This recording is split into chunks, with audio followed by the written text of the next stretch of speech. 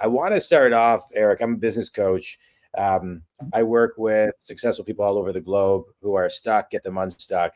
So I always like to ask my clients when I kick it off, what's a recent place you got stuck and how'd you get unstuck?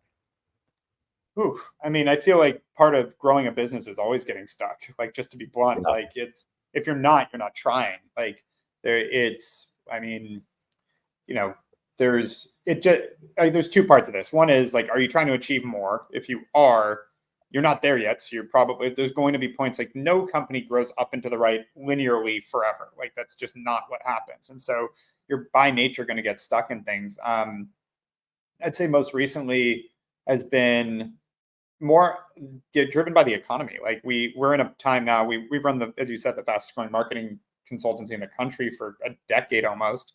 And there's just less demand for companies looking for new marketing services right now. And so figuring out how to build out a sales and retention apparatus that still allows the company to grow in a time when the economy is down. And it's, I don't know what people are calling it, whether it's a recession or a slowdown or whatever you want to call it. I don't think any business owner would argue that the economy is ripping right now. So knowing that, I'd say that'd be technically stuck, but it's about looking at what you have. And one of my favorite lines is, what does this make possible?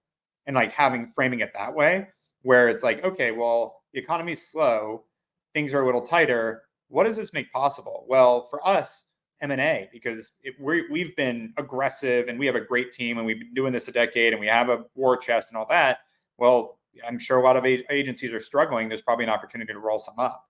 So that's one thing we look like. So it's always looking at, here, given the situation, what does this make possible? So that's more of the external factors. Internally, get stuck all the time trying to figure out like, what is this next phase? But we really try to not reinvent the wheel here. We've realized over and over again, when we think we're so brilliant that we're going to do things differently than everyone else has done historically, generally they've been done that way for a reason. And that doesn't mean you shouldn't try to push against the grain a little bit, but also accepting that a lot of things are there for a reason also helps get through some of these periods too.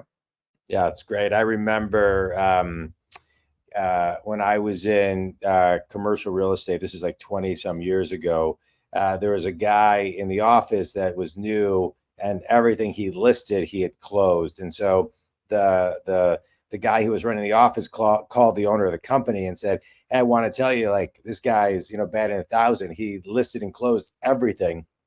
Yeah. And the response of the owner of the company was, then he's not working hard enough. Because if he hasn't failed at it, then that means he's not doing all the right things. And so I appreciate what you're talking about.